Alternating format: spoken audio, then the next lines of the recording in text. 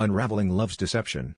My husband's boss called me by my maiden name at the company gala, his voice echoing just a bit too loud over the clink of champagne glasses. I laughed, thinking he'd made a mistake, but then he leaned in, eyes glittering, and said, "That's what he uses on dating apps." My heart thudded so hard I thought someone else would hear it. I glanced at my husband across the room, his arm slung around a coworker as he whispered something in her ear that made her blush. I excused myself from the conversation, barely managing a smile, and escaped to the balcony, gulping cool air and replaying the boss's words. Memories started clicking into place, late nights at the office, sudden business trips, the way he'd dodge questions about his past. All those small doubts I'd shoved aside suddenly felt like neon signs. The worst part wasn't even the cheating, it was realizing I'd let myself believe in the storybook version of us while he'd been writing his own secret chapters. When I finally confronted him, the fight was ugly.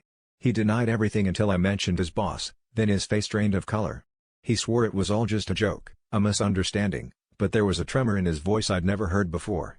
I wanted to scream, to throw something, but instead I just stared at him, numb, as he tried to spin more lies to cover up the truth unraveling between us. The real twist didn't come from him, it came from me. Standing there, I realized this wasn't the first time I'd ignored the obvious, clinging to a love that only existed in my imagination. My entire life, I'd been terrified of being alone, willing to swallow any betrayal just to avoid that empty space.